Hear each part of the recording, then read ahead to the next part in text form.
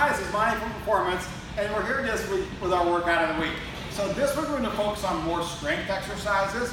We're going to use kettlebells, one of the weighted balls, and we're going to focus a lot on our butt and our core. So what we're going to do is our basis for our strength is our farmer's carry. So once again, when you farmer's carry, I want you to make sure you have heavy enough bells that is actually doing something for you. So if I go in and pick up the 25-pound bells and do my farmer's carries, they're not going to do anything for me. The workout's not going to serve any purpose. So you want to pick up bells that are heavy enough that it's going to stretch your system a little bit. So I had said this before in one of my earlier workouts. For men, they should be able to farmer's carry their body weight. That's your goal. Women need to carry 75% of your body weight. That's your goal to get to. It's not saying you're going to start there, but that's the goal you get to. So once again, if you start with 15-pound kettlebells, I've got a long ways if I'm carrying 30 pounds to get to 100% of my body weight. So start with a weight that's decent and that stretches your body. You're only going to walk the length of the track. So because we're in our remodeling right now, and we're shooting this video, you're not using the track, but what I want you to do is start at the beginning of the track and pick up your bells. You're gonna walk to the end of the track, do your exercise. So this is how I want you to pick up your bells. Stand between your bells. I want you to have a good hip hinge. Okay, so you're keeping your spine nice and straight. You're not bent over. A good hip hinge. I want you to squat down, grab your bells, drive through your heels, and stand tall. So when you're standing, shoulders are back, chest is out, and I want you to walk the length of the track. When you get down to the end of the track, set the bells down the exact same way. Your hip hinge with your squat, lower your bells, set them down, stand back up. Don't just bend over and drop them, open your spine up, and you're gonna have to go see the people in physical therapy if you do that. So when you get down to the end, we want you to do a swing. If you don't know how to do a swing, catch me at Performance, and I will help you with your swing. But you want to do a swing, once again, with a bell that's heavy enough, because if you do it with a little light one, it's not going to do anything for you. This is how I want you to do your swing.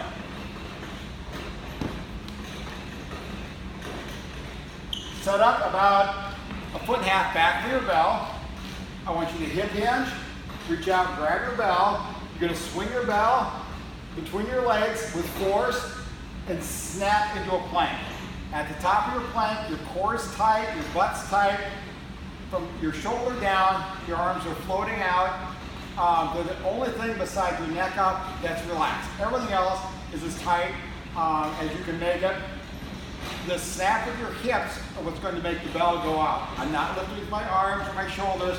It's my hips that are causing the momentum to get the bell to go forward. So I want you to do 12 kettlebell swings. This is how I want them done.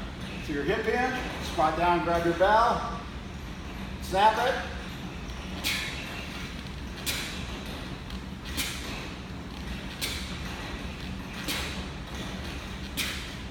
And set the bell back down.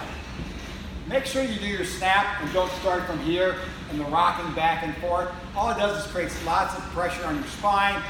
You're not going to be able to use a very heavy bell. You're picking with your back and your shoulders. You're just going to cause injury to yourself. And you're not doing a swing appropriately, and you're not going to get the benefits of the swing. When you're done with that, swing. Get your bells again. Stand in between them. Hip hinge, squat down. Stand tall, walk to the other end of the track. When you get down the other end, hip hinge, squat back down, set your bells down. Now we're going to do a goblet squat. Go with one bell. We're going to clean the bell up, hold it in front of us, and do a nice squat. So clean the bell up, pull ourselves down to squat, we'll pause to the bottom, stand back up, back down, we'll pause, stand back up. You'll do 12 squats. When you're done with your squats, pick your bells back up, head down to the other end of the track. At that point, we're going to do a press. We're going to do 12 presses on each side, which at this point might be awful heavy with the bells you've got. So you might have to have a backup set of bells that are lighter, probably 60% of what your farmer's carrying. For me, what I would use, I'd farmer's carry the 70s. I would probably press probably with the 35s.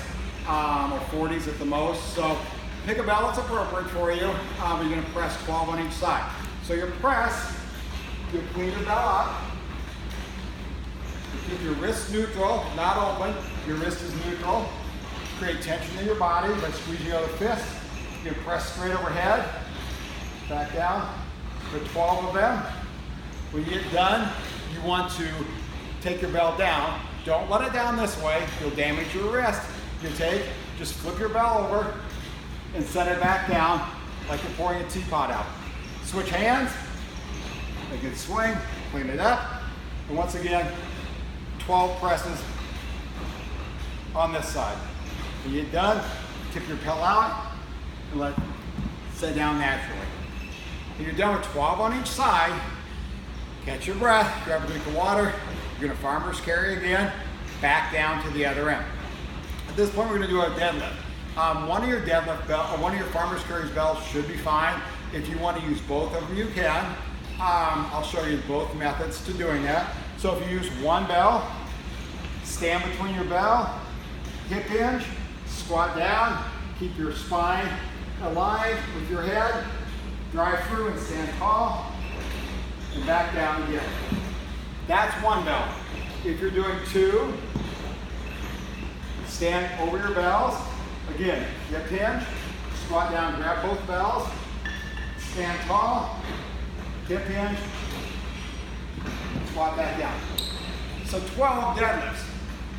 After 12 deadlifts, pick your bells back up, walk back to the end of the track. This time we're going to do a Manmaker. Manmakers are a little more of a challenge.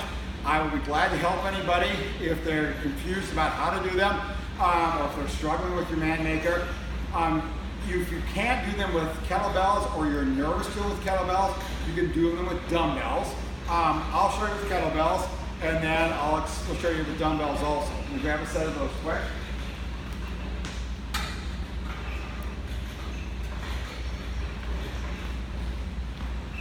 So with the kettlebells, you'll set up with a nice plank on the bell. So like we did our shoulder taps one time before. So we're setting with a nice plank. What you're going to do is you're going to row a bell up. So you squeeze your core, push down into one hand, so I'm pushing down into this hand. I'm going to row with this hand, back down, and then I'm going to row with the other, and then set it back down. So you're pushing your hand down for that bell and rowing it up. If you do dumbbells, same thing.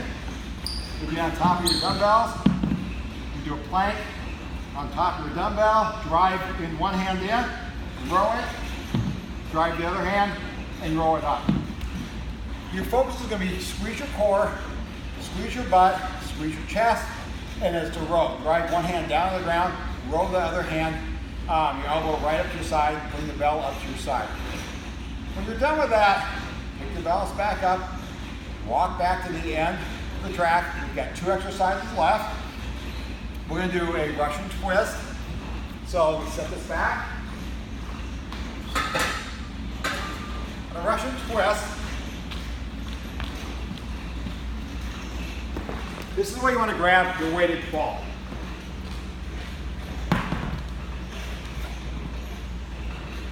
Set up this way.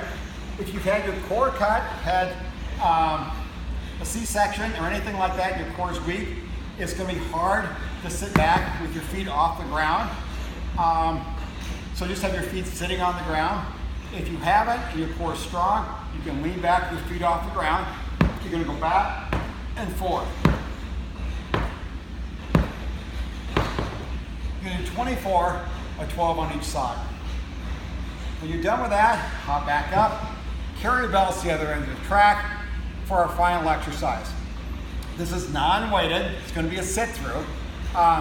Good core exercise, good shoulder exercise because it keeps our chest and shoulders locked down. We want to be tight when we do this. We don't want to be loose. So your sit-through, getting your good plank. Then what you're going to do is kick a leg through, almost like you're going to a side plank. Come back, another leg through. So when you're in this position, I'm driving down through that arm, weights on my outside foot, driving down through the arm. You want to have your shoulder down on top of your hand and not have it way out here. Be on top of it, come back through, the same thing. So you'll do 24 of those. So do one round of everything, see what you think. If you're still feeling great, try another round. This time try it, move your weight up, go with a heavier belt, maybe cut your reps in half, but carry a heavy belt. Once again, carrying a light one doesn't do anything for you, so carry a nice heavy belt. If you have any questions, make sure you ask me. Ask on Facebook, Catch Me Performance. Also, if you like the workout, make sure you hit like and share it with your friends so everybody else can see it. So once again, I will see you next week.